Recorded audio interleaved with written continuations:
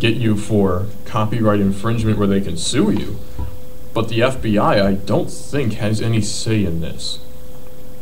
And here's my tip to you.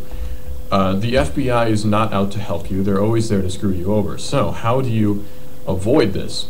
Well, here are some tips for screwing the FBI over. Number one, ask for a phone call, because they can deny you that, but chances are they won't. You're being detained, you're not under arrest. So what you do is, FBI is detaining you, right? You ask for a phone call and call 911.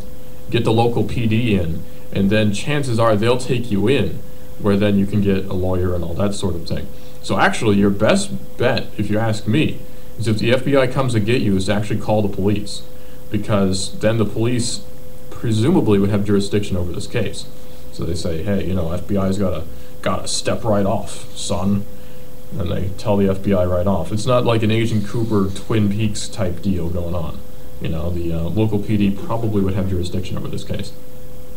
Of course, this raises the question, what else is there to do? Well, for one, you could leave. Simple as that. You just get up and leave. If you're being detained, well, you can't. But I wonder if they use the word detained correctly here. It says he was interrogated without legal counsel for a couple of hours under suspicion he may have been recording a film in the AMC movie theater. And I'm trying to find, yeah, hours of being detained that could have been avoided. I wonder if they told him he was being detained. Because if you're being detained, then you're right, there's nothing you can do about it. But if not, you can get up and leave. If you're under questioning from a police officer, let's say on the street, and they're all, you know, where are you going? Let me see your ID. First off, you don't have to give them your ID unless you're being detained, in which case you do. But if you're not being detained, you don't have to give them jack. You just tell them, you know, get lost, pig boy, or something like that. Actually, don't, because then you probably will be detained. But the point is, don't give them anything. In fact, even if you are detained and under arrest, you do not have to say anything at all. That is the beauty of the Fourth Amendment, which is the right against self-incrimination. They cannot coerce you into incriminating yourself against yourself. So, don't say anything. Remember, in all the cop shows, they say you have the right to remain silent. Anything you say can and will be used against you in a court of law. Well, keep that in mind, because they're not lying. Anything you say can and will be used against you in a court of law. So the solution is, don't say anything at all.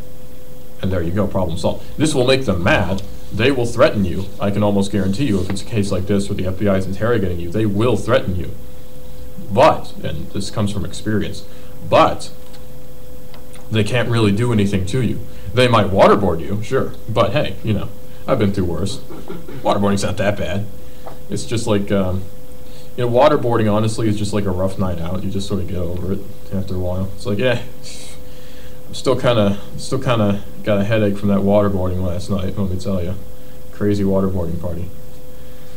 But moving on, the FBI doing their thing, as they like to do. But really kind of overstepping their bounds. Now, the fault, I keep switching papers because I'm like, I should get to this story, but then I keep switching back to this one. The fault, I would say, lies not necessarily with the FBI, but the buffoon who worked for AMC who called the FBI. How dumb do you have to be to call FBI? Just kick the guy out, you know? You see he's got a Google Glass. Kick him out, ask him to leave, say, hey, were you recording in there? He'll say no either way. But, you know, get him out of there. Big deal. And furthermore, who watches cams anyway? What I'm referring to is where they record the movie screen and they upload it online and supposedly people watch it. Who watches that? Just watch a screener or something. You know, like DVD rips are so much better than cam. Why would you ever watch a cam? You got this awful picture, awful sound quality. There's some kid in the front crying. You know, you got some fat chick who stands up in your field of view, you know, when you're trying to watch the thing. Don't download a cam. You nuts?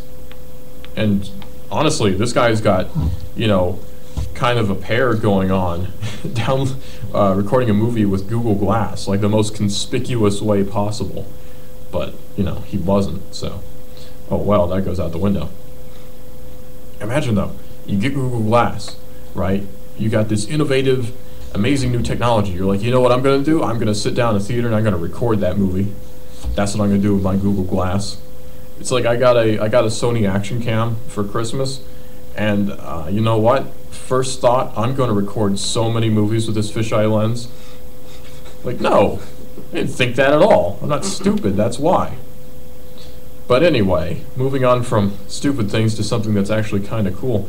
Most of us, this coffee is getting to me. Most of us, when we get our movies and our music and all that sort of thing, I'd say a good portion of us get it legally, you know, through Netflix or Amazon or iTunes or Spotify, Pandora, Beats Music, which is coming up. Well, what about Kim.com, the famed founder of Mega Upload, which, by the way, used to be a way to get movies not legally, and music too. But he's also the founder of Mega and kind of a tech genius. He's come out with a new music service called Baboom. That's B-A-B-O-O-M, Baboom, which I'm pretty sure is a enemy in Mario Brothers, but whatever. .com's Baboom service launches in New Zealand, and he says, only pay for music if you like it, according to Ars Technica. This is a mantra I can get behind. Well, in New Zealand, Kim.com's new music service Baboom has officially gone live. So far, it offers just one album. Well, never mind, I'm not interested anymore. No, just one album, his own, Good Times. He says, my idea is that artists should make their music available for free, and fans should only pay for it if they really like it. Wow. .com says in a video greeting posted on the site. So I'm going to lead by example today, and I'm making my album free on Baboom. So if you go ahead and listen to it and only pay if you like it. Hey, nice. Prove my idea for the music industry works by making my album the #1. Now this is an interesting idea, and I wish Steam would incorporate this idea where I only pay for games if I like them. And this is something I've said for years now, is that the music industry needs to adopt the Steam method of selling things, in which it's all digital, it all releases on the same day, and there's sales all the time. Because once you make the money back on the album, you could just give it out for free. But you don't because you're smart and you want to make a profit. There's nothing wrong with that, it's capitalism. But you could way lower the prices and make even more money because more people are going to buy it because the prices are way low. What do you know? Marketing. Well, in addition to streaming, the album and individual tracks are available for download MP3, WAV, and FLAC, which has lossless compression, by the way, and STEM, which is remixable formats. For those who do want to buy Good Times, Baboom is offering no purchase option at this point, so you can't even buy it even if you did want to. But the album is on iTunes, Google Play, Amazon, Bandcamp, and other music services. How many .com fans have dipped into their pocket to pay for the album? He hasn't said so far, but Good Times has yet to appear in the iTunes Top 100, probably because it's being snubbed by the Cup song or Carly Rae Jepsen at this point. Who knows? It used to be about the music, man. Well, once Baboom has had its full launch, which .com says will be late 2014, and in case you were sleeping for the last month, that's this year, subscribers will also be able to install an ad substitution plugin to download paid music for free. Hey. Today, there's no further information on the ad substitution plugin, and even on .com's artist page, some features such as Jukebox are not yet activated. So this is just a proof of concept at this point, essentially. .com also released a YouTube video of his band playing the Good Times track Amazing at the Rhythm and Vines Festival in New Zealand on the New Year's Eve. Oh, on New Year's Eve, not the New Year's Eve. It's a slick, catchy electronic dance number, and like other Good Times tracks, it was co-produced by the Black Eyed Peas producer Prince Board. P-R-I-N-T-Z Board. I'm continually amazed by people who come up with these names. .com describes himself as a perfectionist. Well, I doubt that. He hired Prince Board. And a hands-on producer. Again, he hired Prince Board. But his contribution to the live performance could diplomatically be described as minimalist. So he hit play and walked away, I guess. As Baboom went live, .com tweeted, "Hello, RIAA, this will be your grave." That's the Recording Industry Association of America. Perhaps Baboom will look close to that later this year with the full launch. For now, it has the less threatening form of a MySpace musician page. Oh, MySpace. Does anybody still use MySpace in the 21st century? MySpace is so So 2006, man. MySpace, where everyone had those awful color schemes and it hurt your eyes to look at it. You felt like your retinas were being fried out, and then there was always some terrible techno track that played, you know, Blue Daba Dee or something, where you start looking at the page. I'm so glad MySpace is gone. And I'm so glad you can't embed music on Facebook yet. Oh gosh, you go to some chick's page and it's like music blasting at you, you know, Paramore or something. I don't know what the kids listen to these days. I'm a crotchety old man, I don't know. So, speaking of crotchety old people, Senator Dianne Feinstein says that the NSA metadata program is here to stay. Before we get into that, let me explain exactly what metadata is, for people who may not know. Metadata is the data that explains what the real data is. Ho ho. You see, let's say I have an MP3 file, right? You know, getting back to the music. I have an MP3 file. And the actual music data in that file, you know, I hit play and it starts playing. That's the data. Well, the metadata is what tells about the file. So let's say it tells me the artist name, the album name, the year, the length, all that sort of thing. That's the metadata. And that's what they're claiming to be downloading, not from music, because that would be boring to read a list of tracks and albums and artists. But what they are downloading and acquiring from actual real people is the metadata about text messages and phone calls.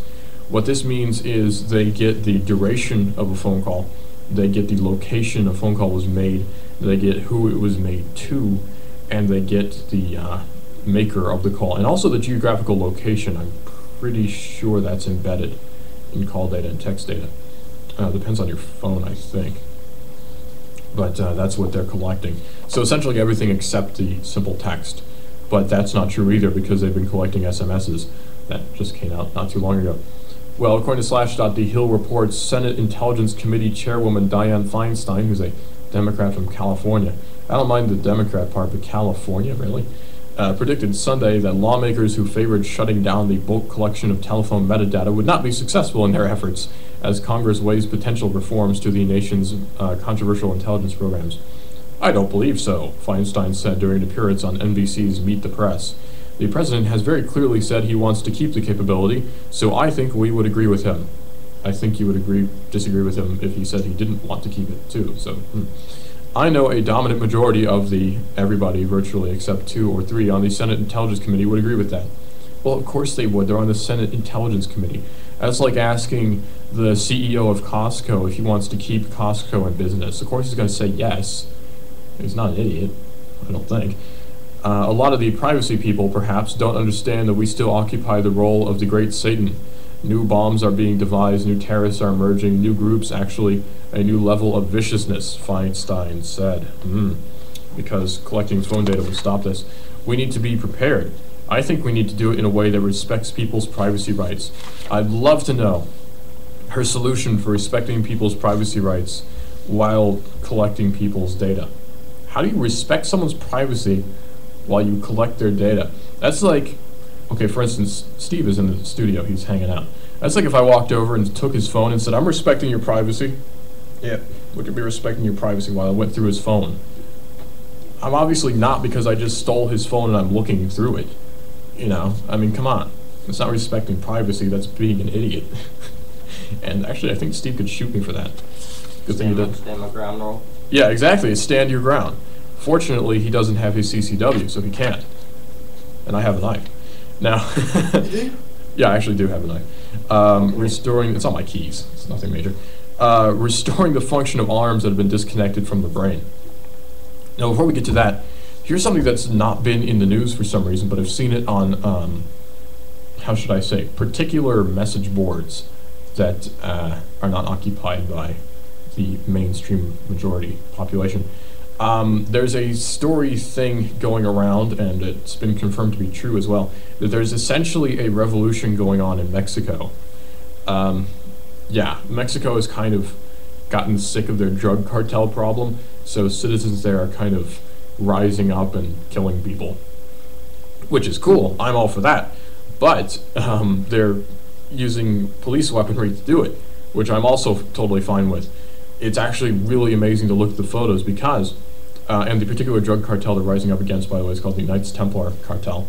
Completely unrelated, I'm sure, to the Catholic people who stormed across the so-called Holy Land and killed a bunch of people, or whatever went on there. It was like the 1000s or something, or the 10s, like 10 AD. Who knows, dude? Deus Vult and all that. Well, they kind of slaughtered them, and there's a bunch of photos you can find. We have Drudge Report up on the screen, actually RT right now, and it's not on there at all. Nobody's talking about this, but I've seen photos, and I can be reasonably certain that it's true, that citizens in Mexico, in certain regions, are rising up against drug cartels and sort of taking matters in their own hands because the police just simply won't. So props to the Mexican populace for doing such a thing. But there's these photos that are really cool where you can see them with their AK-47s that still have the police evidence tape on them. You know, they just got these AKs and it has, property of, whatever, lost something town policia on the tape. It's actually really cool. There's another one I saw where this drug lord's house has been raided, and they're just like sitting on this fancy couch with muddy boots and guns and things. It's really neat. Cool stuff going on in Mexico. And I heard tell that there's a Texas militia that's wanting to join in on the fun too. So, we'll see how that goes. I'd love to see how they get across the border with all those guns. Like, the Mexico border, oddly enough, is not as secure as the Canada border for some reason, because Mexico, you can go down without a passport. Canada, you cannot. Like, let's say I want to visit my friends up in Canada, I gotta have a passport, which I don't. So, I'm kind of dead there. I can't go up to Canada. But if I want to go to Mexico and visit my drug cartel buddies, that's fine. I don't need a passport. I can just walk right across. They say, "Are you a United States citizen?" As I come back, and I say, "I sure am, buddy. USA #1." And I maybe show my driver's license that proves I am, in fact, and my AAA card and my library card and my Starbucks gift card and all that stuff. This proves I'm a United States citizen. People in other countries don't get Starbucks, so, their loss, maybe. I think I make better coffee. So restoring the function of arms that have been disconnected from the brain, according to Extreme Tech. Advances in the control of prosthetic arms or even exoskeletal arms continue to amaze. Yet someone with a severe neck injury doesn't need any such device, since the greatest arm they can imagine is sitting right there hanging off their shoulder. But it's unfortunately unable to perform. That's not the only thing. Efforts to control an artificial... see what I did there? Efforts to control an artificial arm may seem impotent to these folks when a bridge spanning just a couple centimeters of scar tissue in the spinal column cannot even be made. A way forward is now taking shape at Case Western University in Ohio. Researchers there are gearing up to combine the BrainGate cortical chip developed at Brown University with their own functional electronic stimulation platform, or FES. And remind me to tell you, by the way, I watched this really cool documentary. We'll get to that in a second. It has long been known that electrical stimulation can directly control muscles. I've been shocked by Fusebox, I can tell you that much. The problem is that it is fairly inaccurate and can be painful or damaging. No kidding. Stimulating the nerves directly using precisely positioned arrays is a much better approach. One group of Case Western researchers recently demonstrated a remarkable device called a nerve cuff electrode that can be placed around small segments of nerve. They use the cuff to provide an interface for sending data from the sensors in the hand back to the brain using sensory nerves in the arm. With FES, the same kind of cuff electrode can also be used to stimulate nerves going in the other direction, in other words, to the muscles. So not only does it send information from the hand to the brain, it can also apparently send information from the brain down the arm, so you can actually use the stuff again. So this makes me wonder, if someone has severed an arm, say in an industrial accident or a train wreck or something like that, can it be reattached, and can they use this cortical electrode attachment thing to bring mobility back? Now, we know that they can use stem cells to essentially reconnect tissue with basically no problem. It's not all the way there yet, but it can be done. So could you use this interface, the functional electric stimulation platform, to bring mobility back to that gate, or to that arm? Gate? What are you talking about? The difficulty in such a scheme is that even if the motor nerves can be physically separated from the sensor nerves and traced to specific muscles, the exact stimulation sequences needed to make a proper movement are hard to find. To achieve this, another group at Case Western has developed a detailed simulation, I should say, of how different muscles work together to control the arm and hand. Their model consists of 138 muscle elements distributed over 29 muscles, which act on 11 joints. The operational procedure is for the patient to watch the image of the virtual arm while they naturally generate neural commands that the brain gate chip picks up on to move the arm. In practice, this means trying to make the virtual arm touch a red spot to make it turn green. Currently, in clinical trials, the BrainGate 2 chip has an array of 96 hair-thin electrodes that is used to stimulate a small region of motor cortex. So you may be saying, well, this is completely useless. You know, you can make him twitch his shoulder a little bit. Well, this is one step in the right direction for bringing complete mobility back to a person's previously severed arm. So this is pretty cool, I think. But we're going to get more into this in a second. And also, lawmakers accusing our good buddy Edward Snowden of being a Russian spy. Does it really make a difference?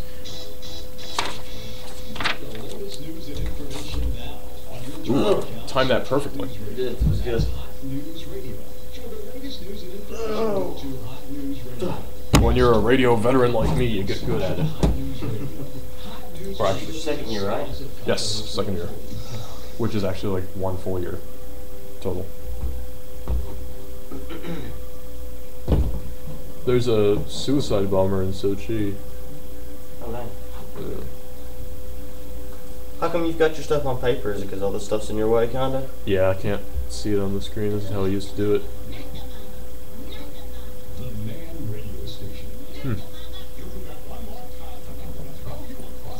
I need to get a Bluetooth keyboard for this thing. They're not too bad. They're not that expensive. Yeah. This is the Baboom thing. That music service. And he's got one album on it so far? One album, yeah. Check it out.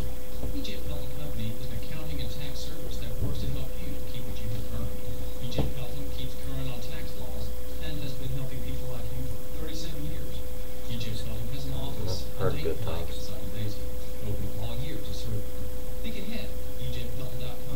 So the person that did Mega Data, hold on. Mega Upload? Mega Upload did that? Yep. I hate him. I hate Mega Upload. I hate that it's gone. Well, they always had like these things where you can only watch so much of it or whatever. Oh, you're talking about Mega Video? Yeah. Well, it's a company that sort of what was on Mega Upload, the video platform.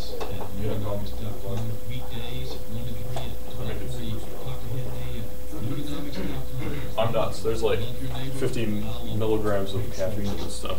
Oh yeah.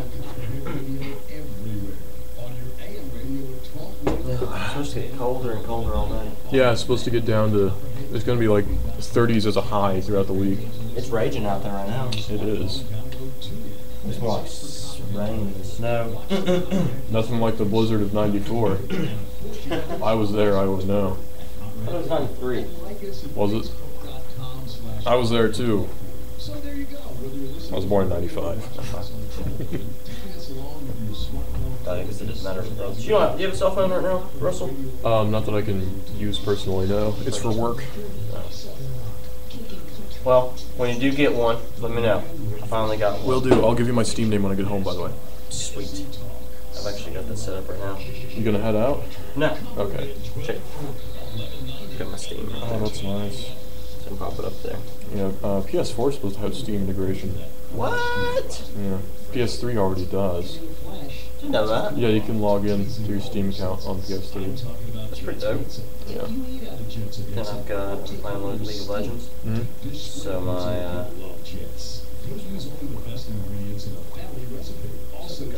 my character that I've been using. Isn't Dota 2 free to play as well? I think so. Yeah. I have a friend who plays that a lot.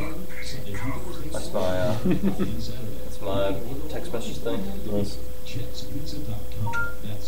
haven't quite figured out my phone yet though. It's an Android, right? Yep. Yeah, those are cool. You could dual boot Ubuntu on it. Really? Yeah. Hmm. Not saying you should, I'm saying you could, potentially.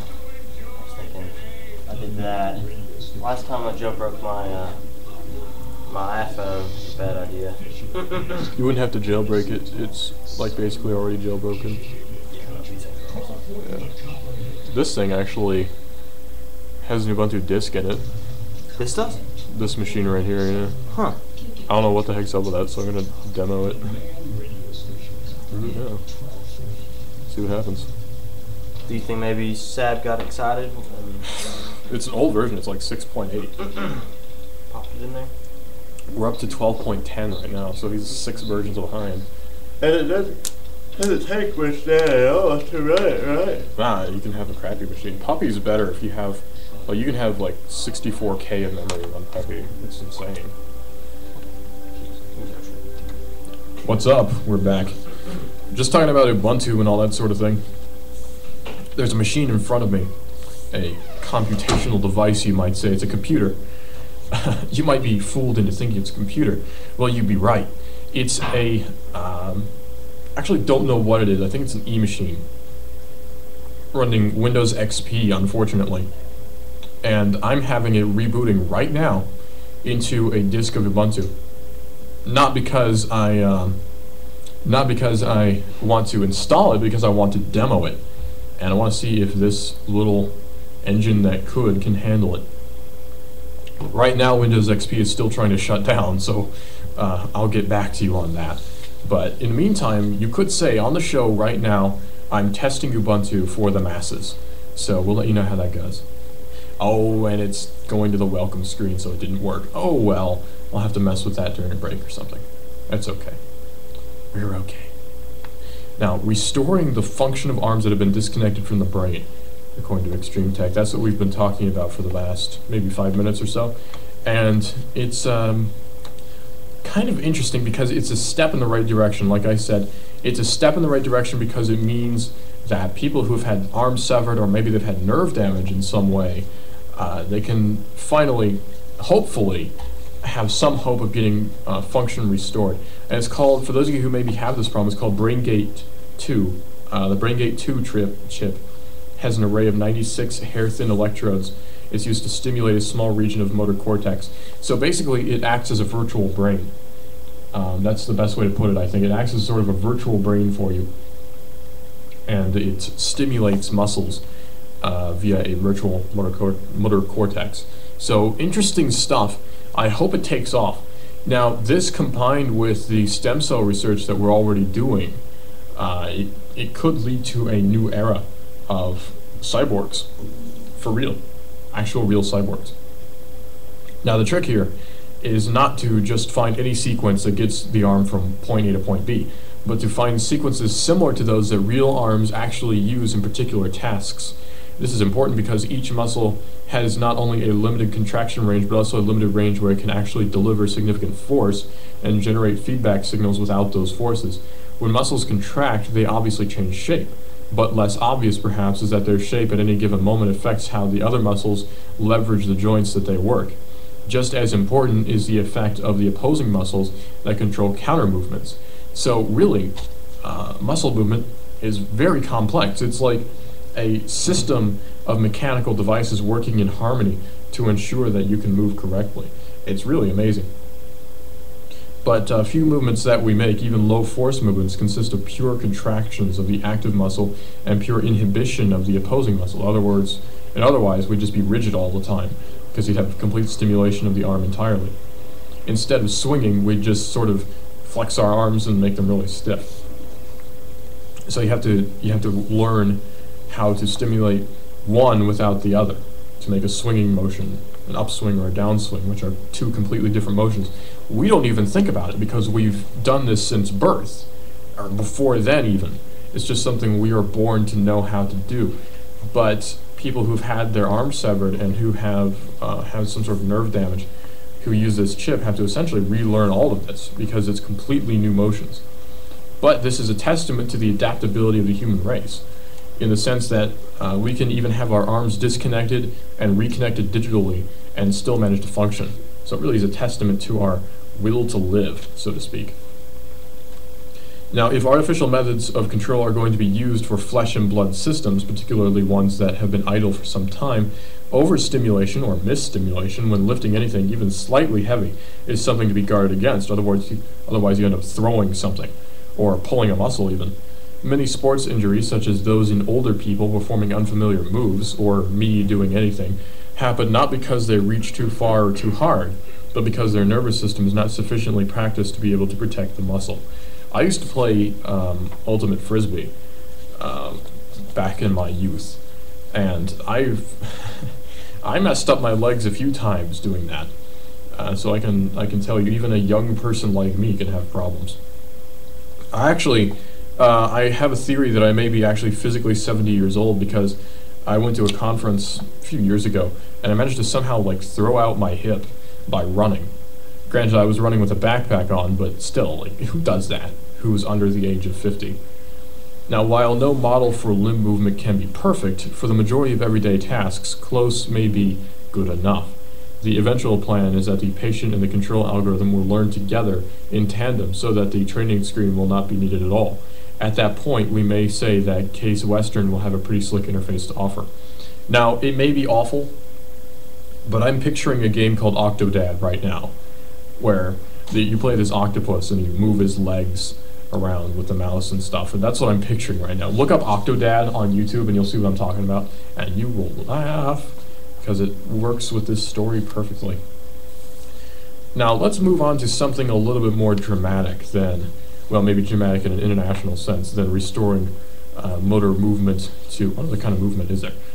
Than restoring movement to arms, or anything else really. Lawmakers are accusing Edward Snowden of being a Russian spy, according to Russia Today, which maybe I shouldn't have gotten this news from, now that I think about it. He's being accused of being a Russian spy, so I'll get the news from a Russian news source. Surely they'll be unbiased. Actually, probably more unbiased than, say, CNN or Fox or what the heck ever. Two of the top lawmakers within the United States Intelligence Community, say that Congress is now considering whether any officials in the Russian government have influenced the actions of U.S. national security leaker Edward Snowden. Snowden, 30, has been in the Moscow area since last June, when he became stranded there during a layover from Hong Kong after U.S. authorities revoked his American passport. 7 months later, though, the heads of the United States House and Senate Intelligence Committees now claim that the former NSA contractor could very well be linked to the Russian government, which means he committed an act of treason, which means he could in fact face death. Now, Representative Mike Rogers, who's a Republican from Michigan, and Senator Dianne Feinstein, a Democrat from California, chairpersons of the House and Senate committees respectively, each opined as to a secret Snowden-Russia relationship during appearances on the political talk show Circuit this weekend. Not that Circuit is a political talk show, but they made their rounds on the political talk show Circuit. Speaking on the CBS program Face the Nation, Representative Rogers suggested that a foreign nation state would more than likely have had a large role in influencing the type of intelligence taken by Mr. Snowden. When you look at the totality of the information he took, the vast majority of it had to do with military, tactical, and operational events happening around the world, he told the news program. When Rogers caught up with Meet the Press host David Gregory at NBC News' Washington, D.C. studios this weekend, he more explicitly implied that Russia's Federal Security Service, or FSB, it's Cyrillic, it's different, had more than just a minor role with regards to Mr. Snowden's activities. Now, the FSB, for those of you who may not know, is the modern equivalent of the old Cold War KGB. So, maybe you watched a few Bond movies in your day, and you know what the KGB is. Well, the FSB is essentially the same thing. And they act as sort of the FBI CIA of Russia. I believe there's a reason he ended up in the hands, the loving arms, of an FSB agent in Moscow, Representative Rogers said during a Meet the Press appearance that aired on Sunday. I don't think that's a coincidence, he said. Well, Mike Rogers knows all. Asked during the same program if he thinks Snowden had been working on behalf of the Russians, Senator Feinstein responded, "He may well have." We don't know at this stage, Feinstein said. So, Feinstein is walking on a fine line here. Keep in mind, if she's wrong, or heck, even if she's right, she's accusing the Russians of actively spying on the United States with operatives within the homeland. That's a heavy implication. And that's, I mean, we know it goes on both ends, but that's still a very heavy implication, especially to make publicly on NBC. That's some heavy stuff, Doc. Well, according to the Huffington Post, both Rogers and Feinstein admitted to being involved in investigations tasked with examining into that possibility. And that is a possibility you have to look into if you think he did something wrong. I don't, but whatever. That is something you should look into. After all, you're the head of the Senate Intelligence Committee, so kind of your job. As far as the other senior officials are concerned, though, there isn't any clear connection between Snowden and Russia just yet, aside from the fact, of course, that the former NSA contractor's fate for the time being rests in the hands of Moscow officials. Russia's Federal Migration Service approved Mr. Snowden's request for temporary asylum last August. He is at this point free to roam the country through at least July 31st, 2014. At that point, he may again have to appeal to the Russian government for assistance. Senior U.S. officials haven't found evidence of any sort of link just yet, according to Reuters. The news outlet reported on Sunday that unnamed officials claimed just days earlier that the U.S. has no evidence at all that Snowden had any Confederates who assisted him or guided him about what NSA materials to hack, or furthermore, how to do so. Well, keep in mind, he worked at an NSA data center, so he kind of knew how computers work just a little bit, I'm sure. But he also made it so they don't even know how much data he took.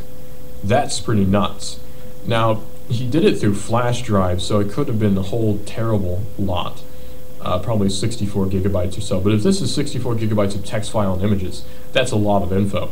You know, like a whole novel's worth of a .txt file could be just a few K. It's tiny. So 64 gigabytes worth of text information is huge. There's a 0% chance that the Russians or Chinese have received any documents, Mr. Snowden himself said during an interview with the New York Times back in October. Meanwhile, however, the recent remarks courtesy of Representative Rogers and Senator Feinstein, two of the most adamant critics in Congress when it comes to Snowden's actions, could lend other lawmakers to consider some sort of Russian connection that up until now has been undiscoverable. Even before the chairperson's remarks were broadcast to the world, Representative Michael McCall, who's a Republican from Texas, a Republican from Texas? That doesn't happen, was on the ABC program this week to weigh the Snowden saga. I don't think Mr. Snowden woke up one day and had the wherewithal to do this all by himself. I think he was helped by others, the lawmaker said. I personally believe that he was cultivated by a foreign power to do what he did, and I would submit again, that he's not a hero by any stretch. He's a traitor. He lives not very far down the street from where I am right now, enjoying probably less freedoms today here in Russia than he had in the United States of America, McCall continued. Asked this week by host George Stephanopoulos if he specifically, through the Russians, had helped Snowden through his ordeal, McCall responded, "You know, to say definitely I can't answer that." So McCall doesn't actually know what he's talking about, essentially. Could it be someone in power who doesn't know what he's talking about? That's ridiculous. And that statement about him having fewer freedoms in Russia is kind of a jab at Russia, is it not? We're supposed to be allies now. The Cold War is over.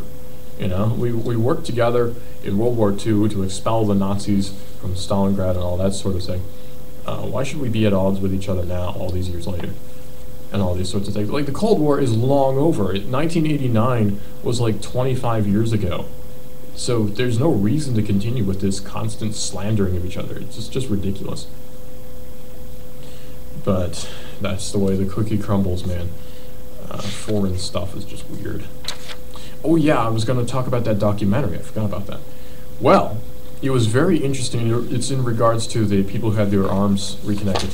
Well, this was about head transplants. It was a real documentary about head transplants. It's not some mockumentary like Spinal Tap. It was real. And this guy, he cut off monkeys' heads, essentially, surgically, not like with a bone saw.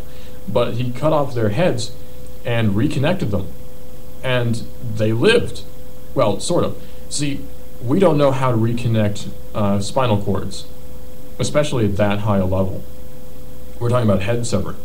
We don't know how to reconnect spinal cords that way. But what we do know how to do is to cryogenically cool someone so that they don't die as quickly of blood loss. And that's how we can do heart transplants now. And then feed them an artificial supply of oxygenated blood to the brain. That's what he did to these little monkeys, and they lived without any bodies. Essentially, they were heads living without a body, with oxygenated blood going to it. Now, the Soviets, way back in the 70s or 60s, I think, did a similar thing, supposedly with a dog, where they removed the dog's head and fed it oxygenated blood and oxygen and all that sort of thing. So it's possible, it's just not very convenient. You can't speak, obviously you have no vocal cords, you have no esophagus or anything, but you can blink and all that sort of thing. It's very, very weird to see this monkey's head sitting there blinking and looking around and looking terrified. It's very weird. It's very, very weird. But look that up. It was actually on Vice, I think. So look that up if you're interested in it. It was very weird. I say that a lot, but it was very bizarre to see. Well, Target, you might remember, is having a little bit of trouble with their data breach stuff. Well, apparently it gets worse, according to CNET and ZDNet, who are both reporting on the same story. There appears to be no end in sight for just how bad the unprecedented hack attack at Target was last holiday season. And now it looks like Target was not the lone, target in this particular sting. We've already heard about a similar style attack on the point-of-sale hardware infrastructure at high-end department store chain Neiman Marcus. Now, the point of sale, for those of you who don't know, who have never worked in retail like myself, the point of sale is just that. It's the point where the sale is made, your POS machine. Now, the card swiper is part of the point of sale system. So you could place some sort of malware into the firmware of that, or into the cash register computer, or anything like that. Now, what they did was they used a RAM scrubber. So when you swipe your card into the card swiper, it loads your number into RAM, random access memory, where it accesses it very quickly and then dumps it, supposedly. Well, they installed a RAM scrubber malware where it read the RAM, which means it bypassed all encryption. It didn't need to read any encrypted data. It just read it straight from system memory. And then they got your credit card info, debit card info, whatever else you used, gift cards. Although, why would you steal gift card information? So then they were able to steal thousands of identities just via this method. It's genius. If I weren't such a nice guy, I would do it myself. But hey, I'm a good guy, or whatever. Now, Reuters is reporting that cyber intelligence firm Intel Crawler has unearthed evidence pointing toward at least 6 ongoing schemes at U.S. merchants with credit card processing systems plagued by the same type of malicious software.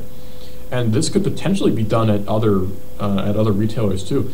Basically, any place that uses the same point of sale system. So, Walmart, Target, Kmart. What else? I think Dillard's too uses the same sort of thing. Basically, any point of sale system could use it. Could use that malware.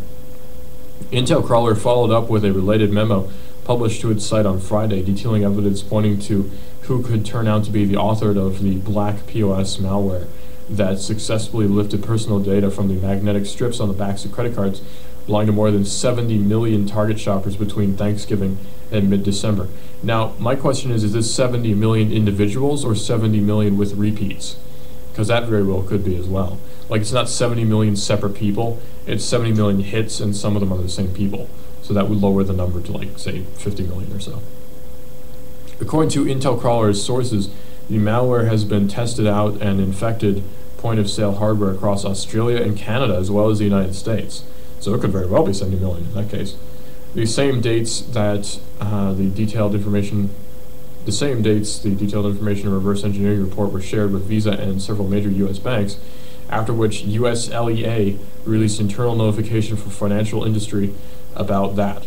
The bad actor was pretty open for trading and this malware for 2,000 USD, or by receiving 50% from the selling of intercepted credit cards by its customer through Liberty Reserve. So basically what happened was the malware was sold for 2,000 US dollars, which is nothing compared to all the money you could get through stealing all that info. So it's a pittance, essentially. The full report and associated screenshots are available on Intel Crawler's website now, with the hypothesis that the age of black point-of-sale malware author is close to 17 years old, and the first sample of it was created in March 2013. so roughly a year ago. So it's some kid who's doing all this stuff. This kid's a genius. He needs to be hired by a cybersecurity firm immediately. Give him good pay, have a cybersecurity firm like Krebs hire him, and there you go. You've got the best cybersecurity agent in the world, essentially. Probably, next to Kevin Mitnick. And speaking of cybersecurity and spying and all that sort of thing, we have two stories regarding Brazil. Yeah, Brazil of all places. Well, Brazil welcomes Obama, who is with his spying pledges, with caution, according to ZDNet. The Brazilian government has given a cautious welcome to Barack Obama's speech on reforms created in response to leaks by the fugitive National Security Agency contractor Edward Snowden on Friday, the 17th. According to President Dilma Rousseff's that's a fun name. Rousseff's spokesman Thomas Traman, the Brazilian government analyzed the pledges by the United States president in detail. It's a first step. The Brazilian government will monitor the practical ramifications of the speech very closely, the spokesman says, because they have to translate the English, I guess. Since the brief official announcement yesterday, the 19th, today's the 21st or something. It's like the 23rd. So, Rousseff's government instructed the Foreign Relations Ministry to make a thorough analysis of Obama's speech. Among the various spying pledges made last Friday, Obama said it will no longer monitor the personal communications of friendly heads of state. The NSA's collection of intelligence included allegedly hacking into the communications of presidents, including Dilma Rousseff and Germany's Angela Merkel. Since the accusations became public, Brazil and Germany have pushed for a United Nations resolution for online privacy to be recognized as a human right, and also for no spy agreements with the United States. Key priorities for the Brazilian government in 2014 include the creation of cybersecurity policies and trying to lead the discussions around the creation of a global governance model for the Internet, which will be the theme of a major two-day event in April. A two-day event? Was it like a concert venue or something? Well, anyway, Brazil is being cautious about the whole thing. Now, Brazil, like the article says, the Prime Minister or President, which is it? President Dilma Rousseff was spied on by us, and we are on friendly terms with Brazil, so that's a bit of a no-no. It'd be different if we were spying on the president of Venezuela, or the president, I guess it was the president of Cuba, Raul Castro. It'd be different if we were spying on him, or maybe, who knows, Ahmadinejad, or the other guy from Syria. It'd be different if we were spying on them. But we're talking about Dilma Rousseff, the president of Brazil. What's wrong with Brazil? Or Angela Merkel, the president, or not vice president, prime minister of Germany. One thing about stealing their coffee. Yeah. And it's nuts, dude. Like, you don't spy on these people. It's like if I went out and spied on Steve. I'm on friendly terms with Steve. I wouldn't spy on him. Now, I would spy on Dianne Feinstein. I'm not on friendly terms with her. She does not like me. But I would not spy on, some guy I'm on friendly terms with. That's nuts. And that's the equivalent of what we're doing now, is just spying on people because we can, essentially. You look out your window and she's sitting in a van. Yeah. Well, my theory is that it's a total informational awareness type deal, where they don't discriminate. I have to wave my hands to demonstrate. They don't discriminate on who they spy on, which they should, but they don't. So they're going for total informational awareness. That's my theory. They want information on everyone, no matter who they are. Not because they think everyone's a terrorist, but because they want to know what everyone does, essentially, so they can aggregate that and create a model human to create and invade the rest of us with Terminators. That's my theory. Hold on. What was the proof that he stole all that information on that flash drive? I don't really know if he was about that. He said it. Oh, he did say it? Yeah. Bradley Manning did the same thing. It was flash. Actually, I think he burned a CD. Or CD? Yeah. Oh, that's the wrong amount. There's 3 mice here. I don't know which does it. What am I doing? Let's turn off this computer. Okay, let me get the keyboard. Oh, it's the E-machine? Yeah. Piece of junk. Oh, I know. I think I've had 3 E-machines in my day. Yeah. I've had old compacts. They're about as bad. Economy machine. I didn't realize, but that is exactly what they stand for. Yep. Who makes it? Its own brand. I think it's its own brand. I think it might be a subsidiary of Gateway. Now that I think about it. If you want a computer to search the internet, all old people should have them. I don't think they need anything more than that. Nah. Do they still make E-machines? Yeah, I think so. My jacket on. It's nippy in here. It is a little bit. I don't know what the deal is. Did I hit it in time? Nope. Ah! Did it not want to pull it up? I didn't want it to boot. I wanted to go to the setup screen. Don't you have to, like... You have to hit... I thought it was F1, but it's delete of all keys. Delete? Yeah. I thought it was, It varies. Roll 8 or something. No, it varies from machine to machine. Apparently on E-machines, it's delete.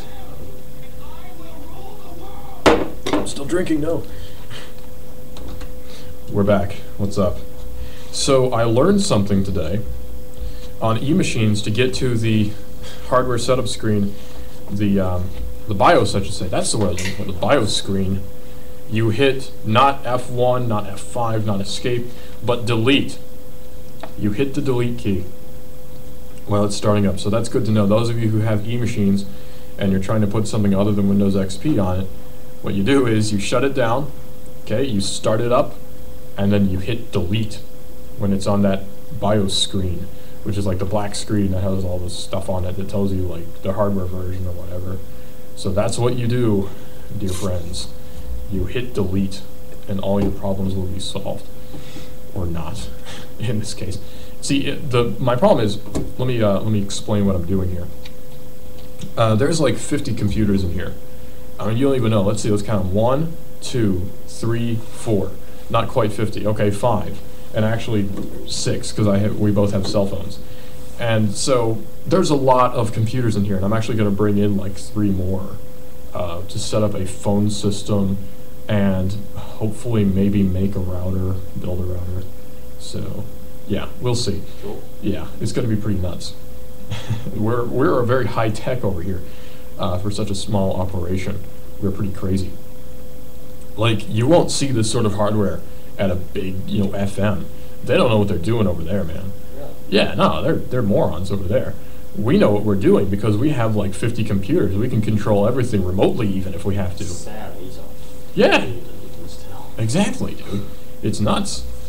So, that's what I'm saying is I'm trying to put, well, I'm not trying to put Ubuntu because it's not my computer and I can't really do that. I'm trying to see how it runs on this machine in front of me, which is an E-machine. Let me bring up the properties actually. Do you know how to do this? You right click on my computer, okay? Go to properties. There you go. I'll show you what it's running.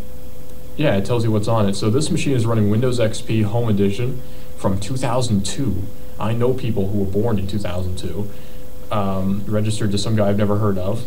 It's got a Pentium 4 at 2.80 gigahertz. That's not bad. Not bad at all. No, that's not terrible. And it's got 504 megabytes of RAM. That is kind of bad. I use some RAM. Yeah, I could put a gig in there probably. It actually has quite a bit of room for expansion. I think I have an E-machine RAM at the house. Yeah, well, it's not machine specific. It's just a megahertz. It's like, I think it's like 10.6 or 1066 I think I megahertz. have some that was in my old E-machine. Oh, you have some that was in there, okay. So anyway, one of us will get RAM for this thing.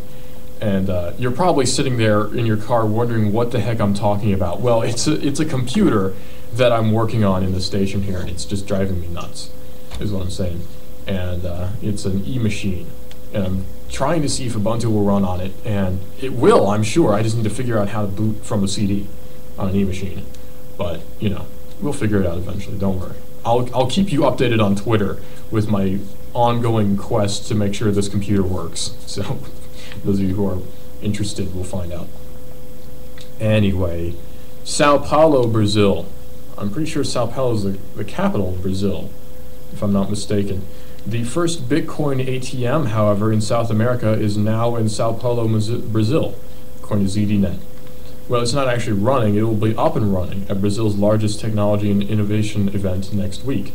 The machine that will be in operation at Campus Party in Sao Paulo was imported by Brazilian company Mercado Bitcoin at a cost of $10,000. The equivalent, get this, $10,000 is the equivalent of 11.5 Bitcoins. I know, right? 11.5 Bitcoins is $10,000. What did it start off as? It started out at like $5 a coin. I was so hate myself for not buying into it, because it was like 20 bucks a coin, I think, when I first learned about it. I was like, yeah, you know, I don't think it's going to go anywhere. And now it's like, I could have gotten like 4 or 5 coins and made several $1,000s. It's just not fair. No, it's perfectly fair. I should have made the jump, but that's my own fault. It is a mix of a conventional ATM, though, and a vending machine, whereby users put in normal currency and receive Bitcoins back via a mobile phone app using a QR code that is scanned by the equipment. Only Brazilian Brazilian Reis, the currency, of course, will be accepted by the equipment, and the transaction fee charged by Mercado Bitcoin is 2.5%. So not terrible. That's actually, I think, a little bit better than like a First Tennessee ATM, so not bad. I use SunTrust, and I really shouldn't, because they take $7 a month from your checking for like a checking fee. It's so dumb. They're like, at SunTrust, it's like, oh, I see you have a checking account, which shouldn't actually cost you anything because we're holding all of your money, but we're going to charge you $7 a month anyway because we're a bank. So, you know, get wrecked, homie, is what they're saying essentially. I know, right? Like banks, dude. They just take all your money and laugh all the way to themselves because they're banks. Well, only Brazilian Reis are accepted, but hopefully, what I hope is we have a Bitcoin depository here in the United States at some time or another. What I'd like to see, what I'd like to do is to set up a Bitcoin ATM and like just put it here in the station, like a Bitcoin ATM. So like, you know, Steve could walk in with like $5 and get like 0.001 Bitcoins, but it would build up. See, as Bitcoin values more and more, which it's going to. Actually, it's going to devalue because the FBI is selling off like several million Bitcoins. That's a story for another day, or for in a few minutes. But we could set up like a Bitcoin ATM here in the station and just like have people walk in and, you know, get their Bitcoins, which would be a great marketing ploy, I think, because people would know that the station exists. We'd say, hey, Bitcoin ATM here, and also listen to us. See, marketing, man. I'm good at it. But yeah, Bitcoin. And it's true, the FBI is selling off, it's several million, I don't have the number in front of me right now, but it is several million Bitcoins. They're auctioning it off. How did they acquire all these Bitcoins, you ask? Well, it's a very good question. They acquired it by by seizing it from the Silk Road, which you might remember is how you could buy drugs on deep web. On Tor, yeah, on the deep web. You would go to their .onion address and you would buy drugs from different people. It's like eBay for drugs. And you would buy like a packet of, who knows, you know, like ketamine or something. I don't even know what, I'm not a drug person personally, so I don't know. But you could buy it and it would be shipped to your house via mail. Like they would mail you drugs and you would pay in Bitcoin. And all this Bitcoin eventually piled up because Silk Road took a portion, like a percentage, so that they could make a profit, obviously, to keep the site running. And they had several million Bitcoins, which equates to like several $1 billion. But the FBI seized all of it after the raid on Silk Road, where Dread Pirate Roberts, that's the guy's name, was running the whole operation. So they seized all his money. And they're auctioning off all of the Bitcoin, which means the price of Bitcoin is going to go, but it's going to value again. Exactly, you buy into it, which means people are holding it, which means there's not as much on the market, which means the price goes up again. So the price goes way down, you buy in, and the price goes up again. See? So it's a smart investment, maybe, if it doesn't tank. And I might get 1 or 2 Bitcoins. Just saying, you know, for a savings fund or something. My neighbor actually got bitcoins. I live in a very high-tech neighborhood. My neighbor actually got bitcoins and was able to pay like several months of rent with it, just like that. So, and he rents from us, so that's how. But yeah, dude, Bitcoin's awesome if you can get into it. That's the thing, is getting into it. Like my friend bought Litecoin, and the price went down immediately after he bought Litecoin. There's different coins. There's Litecoin. There's Coinier, which is based on Kanye West. Not even kidding. There's Dogecoin, like the meme, Doge, so happy, much this, much that. Yeah, based on that. There's just all these different coins all over the place, cryptocurrencies, and they're all worth real money. People just make up money, but it's actually worth real physical US dollars. It's insane, but it also works, which is the best part. So I could make up my own currency, call it like Baba Booey Bucks or something, and people could just buy it and say, hey, you know, I got Baba Booey Bucks. It'd be awesome.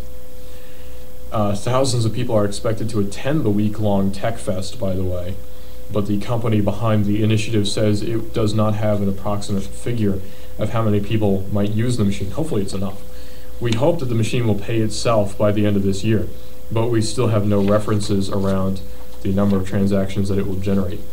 Rodrigo Batista, that's a fun name, chief executive at Mercado Bitcoin, told newspaper O Estado de Sao Paulo. I don't speak Portuguese, so I don't know what that says, but hey, something about Sao Paulo.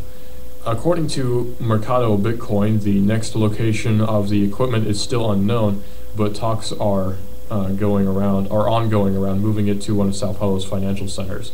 Currently, Canada is set to become the first, or rather the top, Bitcoin ATM location in the world, with 3 cities in the country to have machines installed in the coming weeks in Ottawa, Montreal, and financial hub Toronto. Now, I'm planning to visit Canada sometime eventually, so when I do, I will take my handy Sony Action Cam and film myself buying Bitcoin, and then subsequently taking it with me back to the United States. And also doing a bunch of other things in Canada that's not legal here. Like, who knows? There's lots of things in Canada that are legal there but not here. Like, you can drink at 19. It's 21 here for whatever reason, but it's 19 up in Canada. And I think it's like 16 with parental consent. So it's like crazy up there. And what else is there that's legal in Canada but not here? Oh, here's one. In 1994, the assault weapons ban was put into place. In 1996, I believe, the Clinton crime bill was put into place, which banned the import of weapons, guns, from China and Russia. Russia, not so much anymore, but China, which means like Norinco and all those companies, some of their guns are in limited supply. In Canada, that was not the case. So you can buy like a Norinco SKS for like $200 in Canada. It's simply not fair because the Norinco SKS down here is like $400, $500. But up in Canada, it's like $200. You can buy it in like a tractor store, you know, like a hardware store somewhere. It's just like, come on, guys, why can't we have this stupid embargo lifted on Chinese weaponry? It's ridiculous. And they have like what was that weapon? I can't remember, not the Mosin Nagant, but the one that fired the same round. It was like semi-automatic. The Dragunov SVD. You can get one in Canada for like $200. It's nuts. And like a Tiger, same round, same everything for like $200. All these guns, it's just like, come on, guys. And they could get Mosin Nagants for like 50 cents probably, because it's already like $100 here. It's just crazy. Like my friend up in Canada has a ton of guns, and he's got like all these Norinco weaponry. It's just like, come on, you know. He's got, I think he has like 50 different 22 revolvers and semi-autos and things. Yeah, I mean, those things are tack drivers, you know. I've fired plenty of 22s in my day, and they are fun. It's just like, gosh, guys, all these guns in Canada. Which is funny to say because Canada is like sort of anti-gun. They're a tad bit more liberal about guns than we are down here, so they're like, you know, guns are bad, but also here it is for $200. Oh, okay, but there is an issue. You like can't carry it like you can here. Like you have to prove that your life has been threatened to carry to conceal carry a gun in Canada, and there's a bunch of different rules for where you can shoot it, like only on ranges, and you have to carry it in a locked box from your house to the range. You can't take it out in between then, and all that sort of thing. So that's kind of stupid. And you have to get a license for a long gun, I'm pretty sure. So that's... For a rifle? Yeah, for a rifle. A long gun, I think, encompasses both shotguns and rifles, if I'm not mistaken. I don't know what their classification is up there, but that's how it is down here. So, you know, you got all that to deal with. But if you're up there with friends, you know, there's a little bit of leniency. So that'll be fun if I go up there. But I don't know how we got to guns from Bitcoin, but, you know, maybe I could buy tons of guns with Bitcoin. Canada, yeah. We could buy tons of guns with Bitcoins up in Canada. So shifting gears just a little bit, J.J. Abrams is confirmed that the Star Wars Episode 7 script is complete. So I don't know about you, but I'm kind of excited for the new Star Wars movie. And J.J. Abrams, his vision, according to The Verge, for a Star Wars sequel is one step closer to theaters today, as the director reveals the script for Star Wars Episode 7 is complete. We're working really hard, and we've got our script, and we're in deep prep, Abrams tells The Wrap. Full steam ahead, you know? He actually said that, you know. Speaking at a press event for his new NBC series Believe, Abrams confirmed Jesse Plemons as being considered for a role in the sequel, saying he is one of the actors we've talked to. Plemons has long been rumored for a potential starring role. He's perhaps best known for his role as Todd Alquist in the final season of Breaking Bad. I haven't seen the final season of Breaking Bad yet, so it's not on Netflix.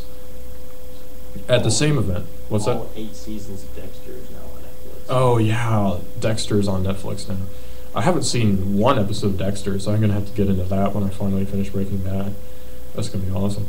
At the same event, Abrams also revealed that Episode 7 will be shot on regular film, rather than with IMAX film. The director has previously said it will not be shot in digital, which is good because then you get a film look to it, which always looks better. Speaking about IMAX, he notes that the cameras are very loud and very unreliable, referring to IMAX, and also restrict filming due to reel lengths. Abrams has in the past praised the format, but says you can't really do intimate scenes with it.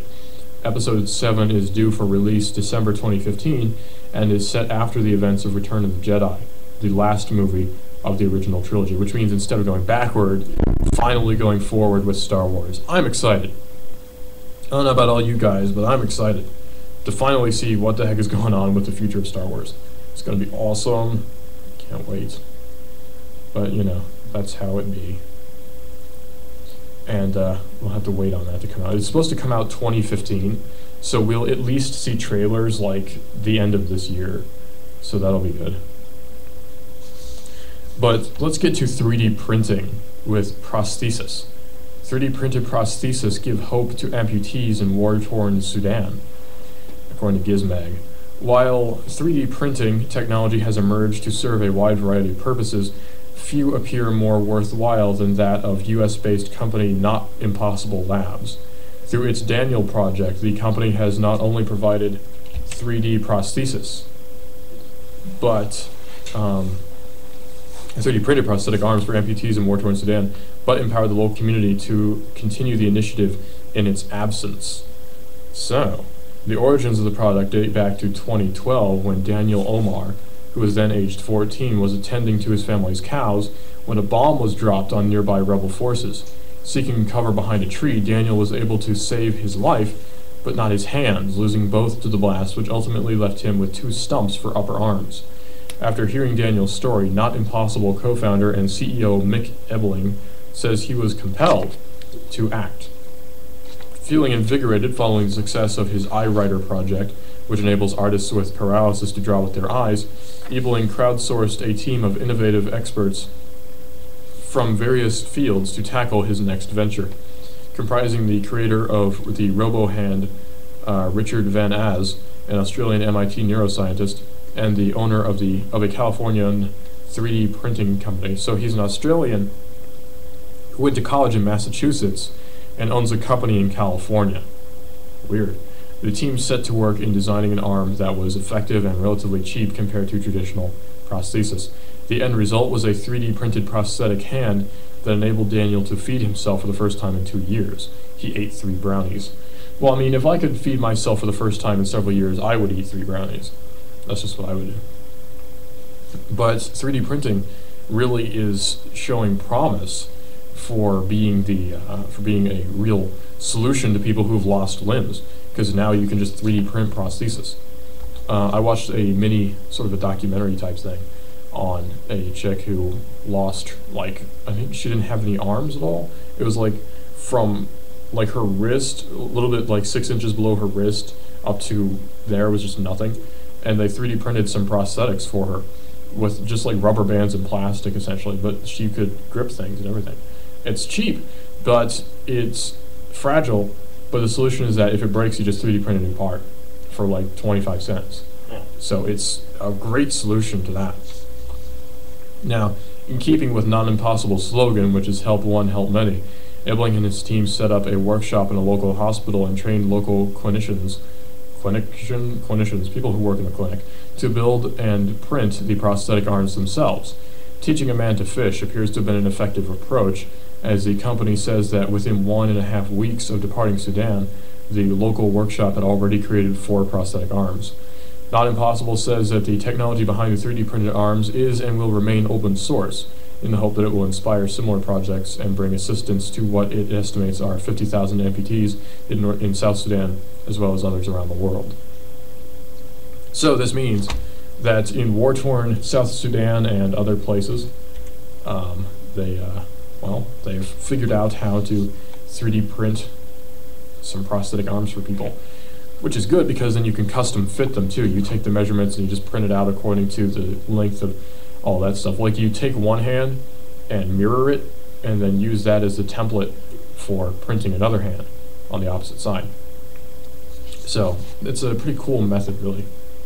We're hopeful that other children and adults in other regions of Africa, as well as other continents around the globe, will utilize the power of this new technology for similar beginnings, said Abling. We believe Daniel's story will ignite a global campaign.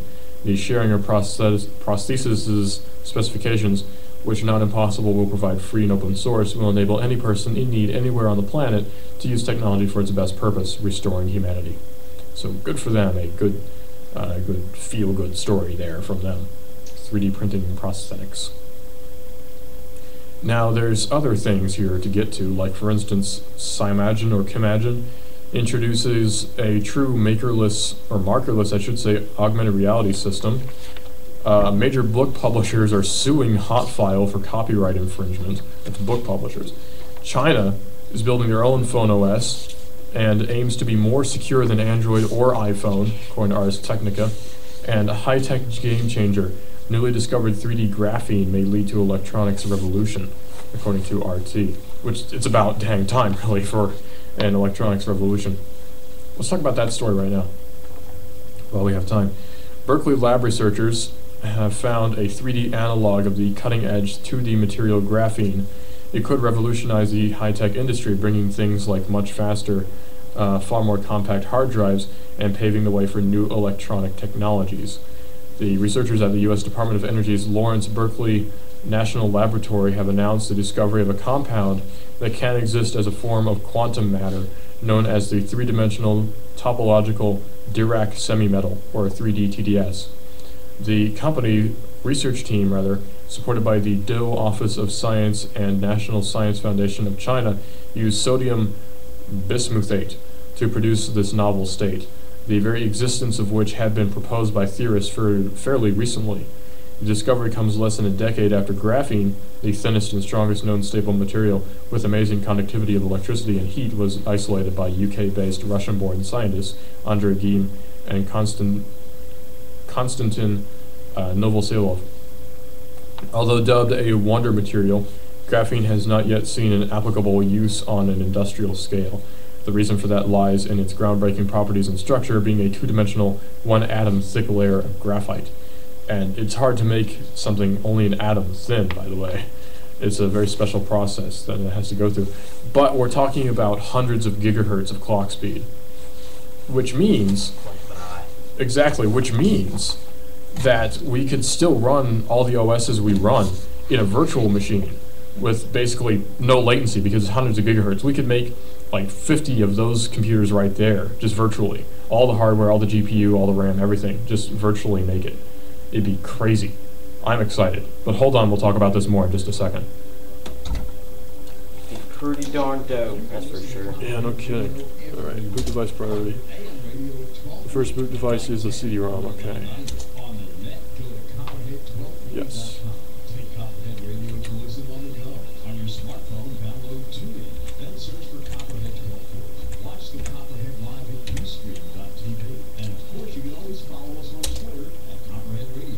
So this is a demo? What? Of Ubuntu? No, it's just an older version of it. Yes, it's an older version.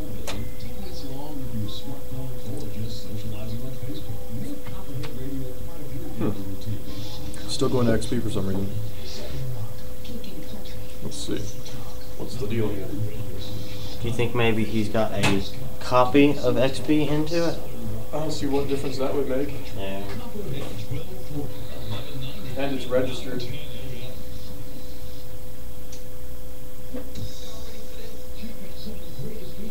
That might be the problem. Did it start with more? Let's try it. It's trying really hard.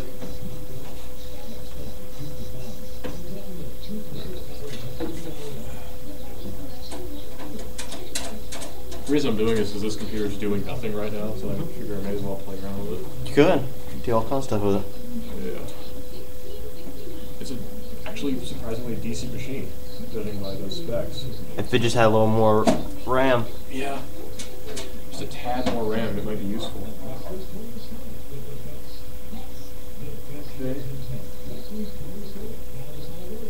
2.8's not bad.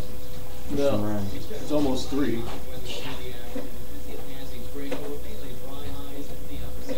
What if you opened it? Well, you already have. What if like there's just a crazy processor in there? I doubt it. No, it's just a Pentium 4. But so I thought there's only one RAM card in there, so I have another stick of 512 that I can stick in there. Is that the big ass thing right there? Where? Where's the RAM card? It's right there. The RAM. Okay. Oh my god. It's gotta be an older version, right? You wouldn't probably take new RAM. If it was the right speed and everything, it would.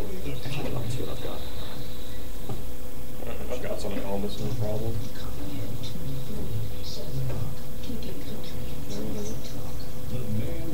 That's all good. You're pretty handy with computers, bro. Yeah, just a little bit. Years of experience. Not experienced enough, I just caught my finger on the fan. Cut it? Not much, just skin came off.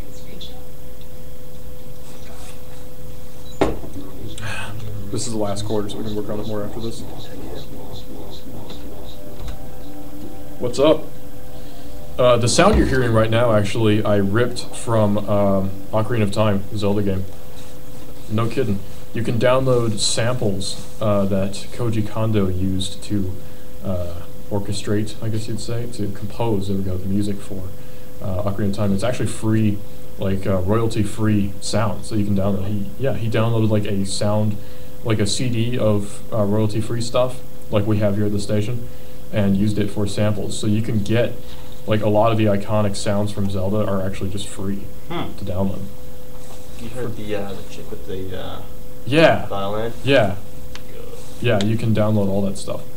And the samples he used, like, one thing that was controversial actually was like a Muslim chant that was in the game, which he took from the royalty-free thing. He didn't realize the significance of it, and he just used it as a sample.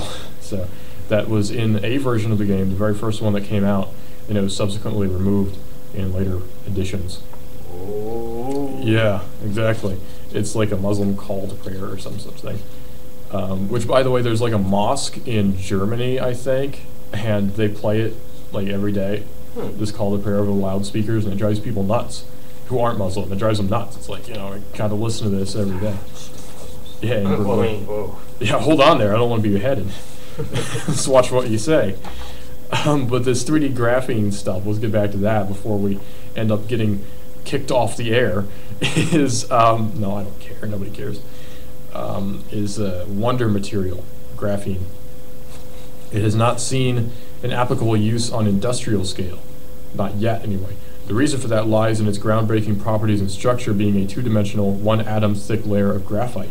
Graphite, of course, is the stuff that's in your pencils. But something I learned, something I learned is you can take a pencil, and because graphite conducts, you can draw like a circuit on paper. And take a battery and then apply a charge to it, and you can like light an LED with it, just with paper and a pencil. Now the graphite level's not high enough for it to be like significant because there's like clay mixed in with the graphite, I think. So if you had like a pure 100% graphite pencil, you could just draw a circuit and it rock. Would yeah, exactly. If you had graphite. If you had just like a piece of graphite, it would work.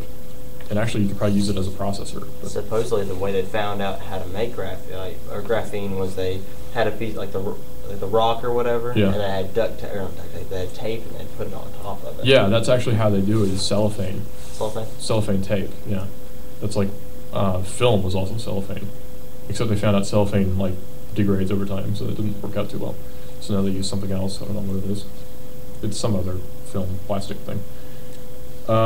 Ever since graphene was isolated in 2004, researchers around the world have looked for ways to take full advantage of its many desirable properties.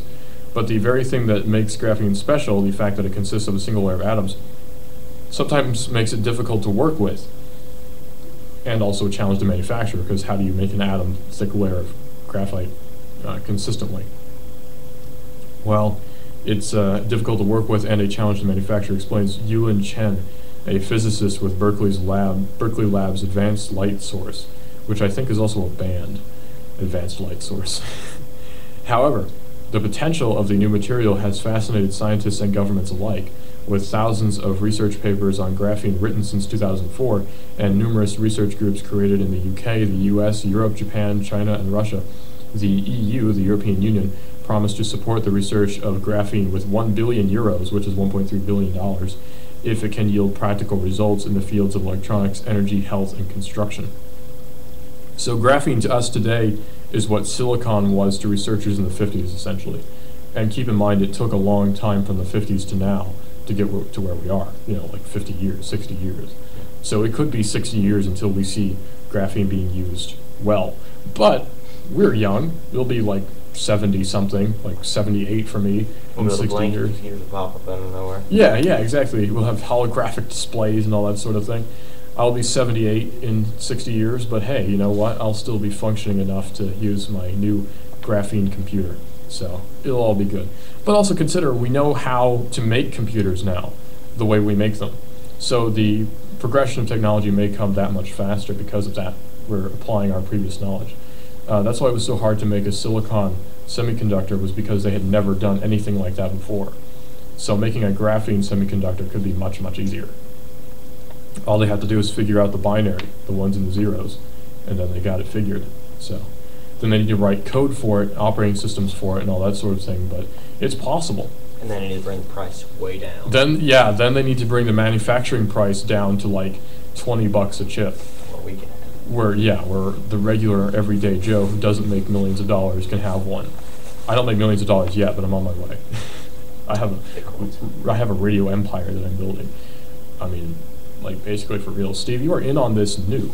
You realize you were visiting you were semi-interning at the beginnings of a radio empire, essentially. FM move. FM, yeah, you gotta get to FM, but we're working on that. Now, ever since graphene was isolated, yada, 1.3 billion. While some developed a way to produce semi-transparent, ultra-thin, and ultra-light graphene tape, others, including the Berkeley Lab Group, focused on looking for means of enclosing graphene's properties into a three-dimensional material. Now, something also to keep in mind is carbon nanotubes, which can be used for batteries. Now, graphene is highly conductive, and carbon nanotubes are also highly conductive, but carbon nanotubes can be used to store energy. So we could potentially mix the two and have a graphene processor with a carbon nanotube power source and have just like infinite computers, essentially. It'd be nuts. And carbon nanotubes are super strong and super light, and they're working on a capacitor type thing? Yeah, it's like a capacitor, sort of. I mean, that's what a battery is, essentially, is a capacitor that discharges over a longer period of time. Because of resistance, you see. So they're working on building like airplanes out of carbon nanotubes and all that sort of thing. So it's pretty crazy. We just need to, that's all I'm worried about is this right Yeah, here. all we need to worry about is the computers, but it's research into other technologies that leads to better computers after all. Like NASA and their space flight, we wouldn't have a lot of the computer stuff we have today without that. It was designed for a very specific task and then was later adapted into broader tasks. So that's how it works. Now, while some has developed a way to produce semi-transparent ultra-thin, that's another thing. Graphene is like transparent, so you can make windows out of graphene. Yeah, they were going to make bridges out of it. Yeah, they're going to make bridges. It's super strong material, so it's like basically awesome. Now, Chen, who initiated the discovery, now states that a 3D TDS is a natural three-dimensional counterpart to graphene, with similar or even better electron mobility and velocity. So basically, they just have electrons moving as fast as electrons could move. And that's what hampers our current technology today, is that when it comes right down to it, a computer works with binary. And the binary is electricity state on or off. Is there a charge or is there not? And we're limited by the resistance, however little there is, of silicon. So it's not quite as fast as we can make it. But graphene has much, much, much less resistance. It's basically like, boom. So that's all we got. Oh, friggin' A, it's raining. I mean, it's raining snow. It's raining ice flakes. It's snowing very hard out there right now, and I don't like this. Is that snow or is it sleet? Do you know? It's snow. It's absolutely snow? It's not going to stick. I don't think it's only... I don't think it's sticking either, but... 41 degrees outside. Oh, it's only 41 degrees. Yeah, we're okay. But those of you on the roads, by the way, be careful, because, you know, it does build up. And if it gets in your tires and stays cool via the air resistance and the cooler temperatures created by that, then you can slide around. Not to mention crazy drivers. Not to mention idiotic, stupid drivers, which we have here in the South when it snows. Are you a native Southerner, Steve? Mm-hmm. Yeah, so am I. But my mom is from Michigan, and she knows how to drive in the snow, no problem. My dad's from Louisiana. He has no idea. So, like, it snows, we just go nuts. Yeah. It's like, it snows, and it's just like they see a single snowflake. A Southerner like us sees a single snowflake come down from the sky. We're just like, oh no! Yeah, we try to avoid it. Yeah, how do I drive? And I just swerve around it and crash into someone else. Explode into a fiery fireball of death. Which surprisingly melts the snow. So. Yeah, which then melts the snow, so everything's okay. But it happens, dude. It's not fun. The potential of the new material, yeah. Somehow we're still talking about graphene, by the way. The material's properties feature magnetoresistance, which is orders of magnitude higher than the materials now used in hard drives, a potential breakthrough for computer technologies. It also opens the door for 2 more efficient optical sensors, Chen adds. More efficient optical sensors, could we perhaps be applying graphene to cameras? So we have ultra-sensitive cameras with really low exposure times, where we can just have like, boom, which means high frame rates too. Thousands of frames. We could be talking about femto cameras, which can capture light waves because it's so fast. So essentially, it'd be like your iPhone eventually could do high-speed cameras. And yes. High-speed cameras. Yeah, exactly. Your iPhone, which is now running at thousands of gigahertz because of graphene, also has a 3D graphene-powered camera, which can capture at thousands of frames per second.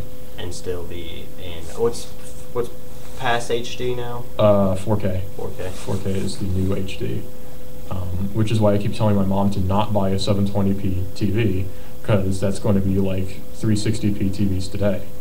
So, yeah, 4K is the new revolution in visual technology. We do have point-and-shoot cameras now that shoot in 4K, but the problem is storage, because a 4K image is huge. It's like several megabytes per picture, so you can store like, I think it's like 50 megs of pictures, so you can store like maybe 15 pictures on a flash card, so not that great. No, not at all.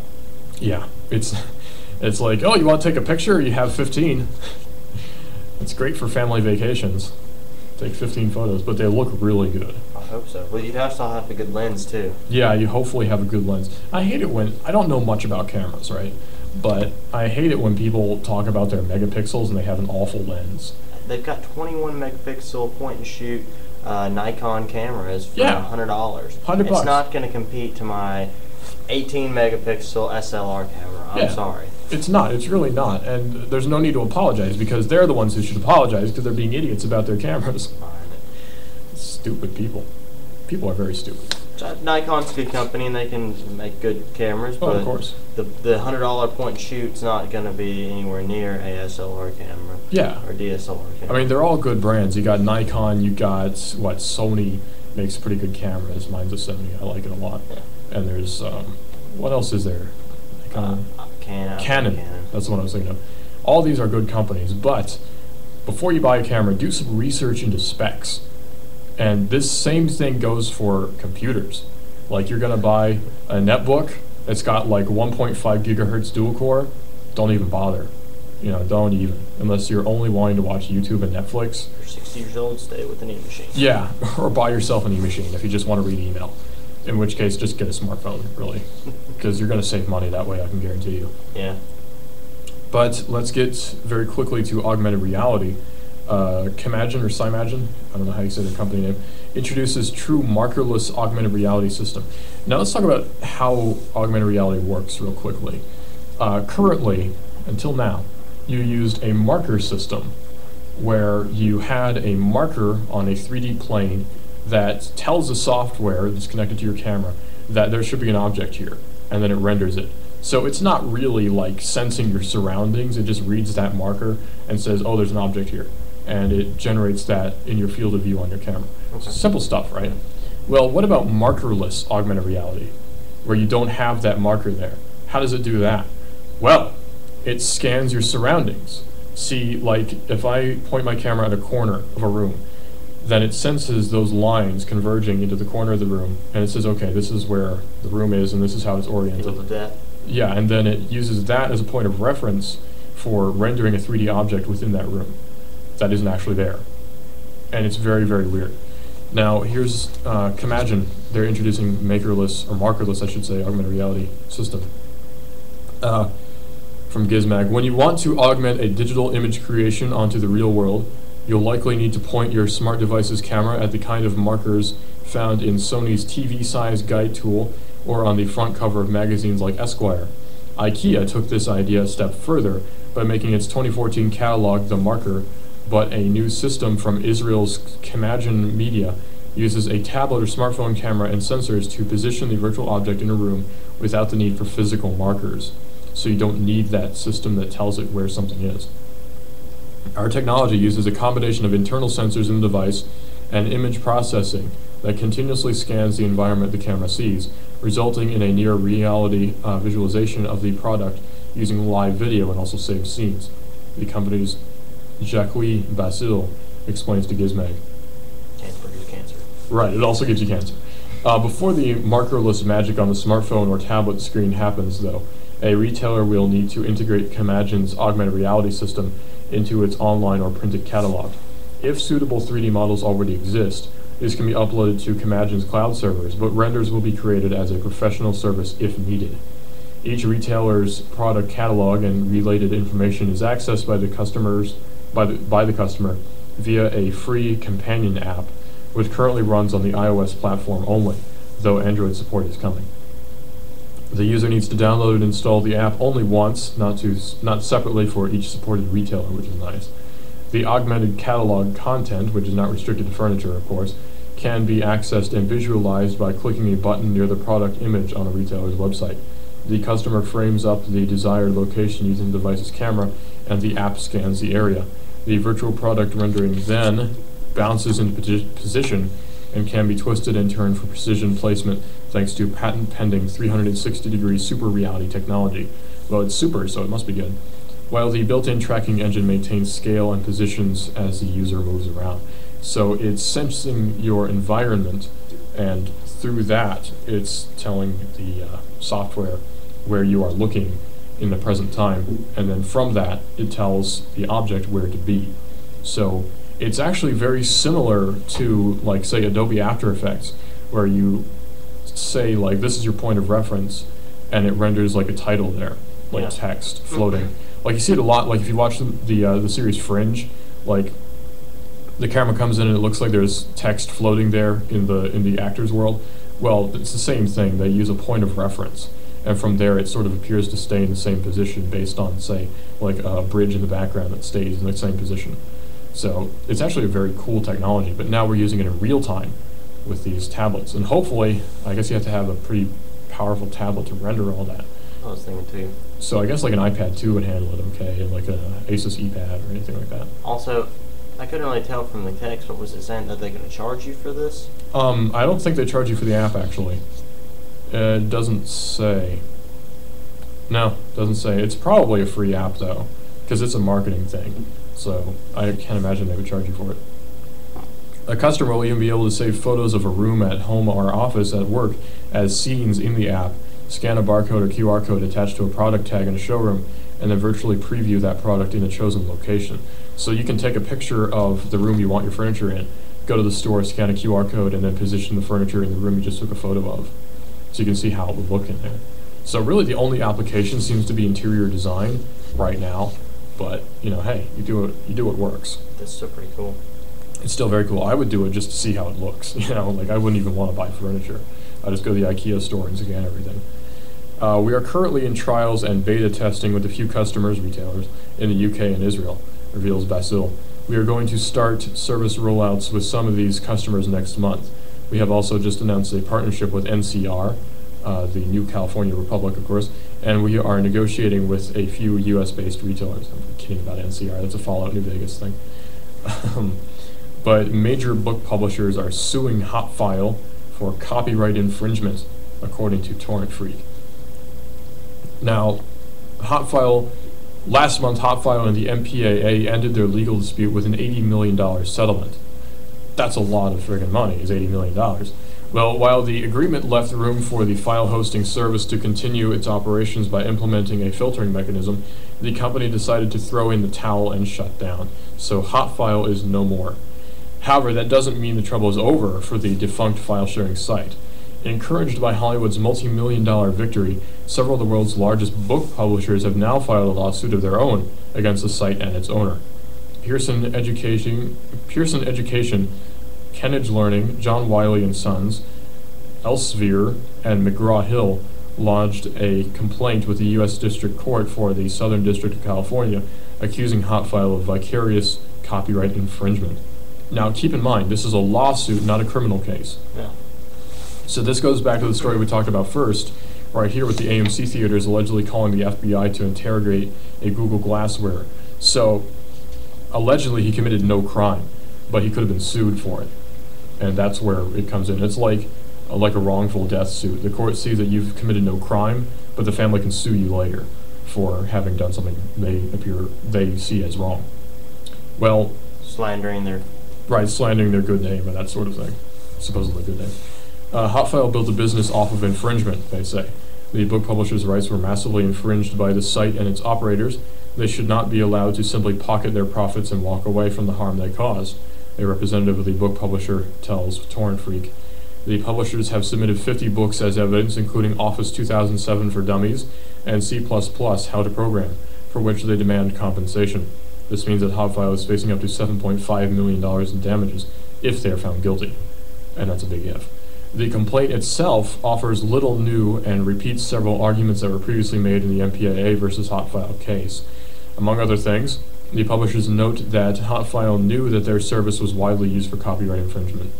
Hotfile was aware that the vast majority of the files on its service were copyrighted. It received millions of takedown notices under the Digital Millennium Copyright Act, received correspondence from users and affiliates identifying copyrighted works, and recognized that users were migrating to Hotfile for copyrighted works. After competitor RapidShare was sued, the complaint reads. Oh yeah, RapidShare was sued too, I forgot about that. It used to be basically the big two in direct downloads online. There was Mega Upload and there was RapidShare. And now RapidShare is in trouble too, and Mega Upload's been shut down by the FBI. So our solutions for downloading things directly from the internet are kind of impeded just a little bit, and even more so now that Hotfile is going to be taken away. So is it going to hurt like Pirate Bay and things like that? Pirate Bay is already kind of hurt. The founder of Pirate Bay is on trial in Iceland, I believe. I think it's Iceland. Just recently? Yeah, just recently. He's in prison right now, awaiting trial. Because I haven't done any torrenting in a while. Yeah, if you do get a private tracker, in which case they can't really get you unless they see. Peer block?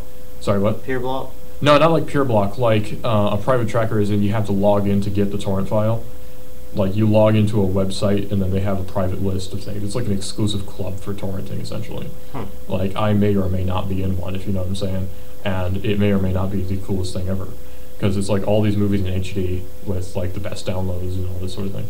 You have to maintain a ratio of like upload to download. Like your upload has to be higher than your download. But there's free leech stuff where they just let you download, and then you can get your ratio up by uploading that. So there's that. It's cool stuff.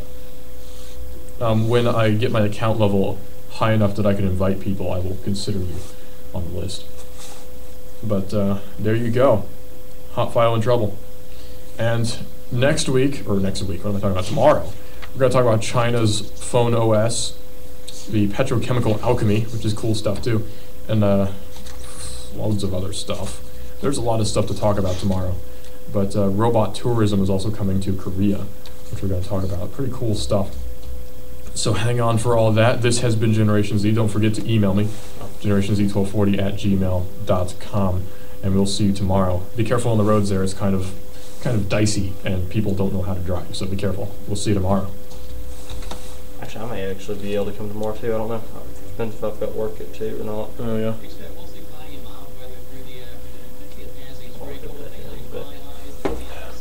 Oh, so downloading right now is not the smartest thing.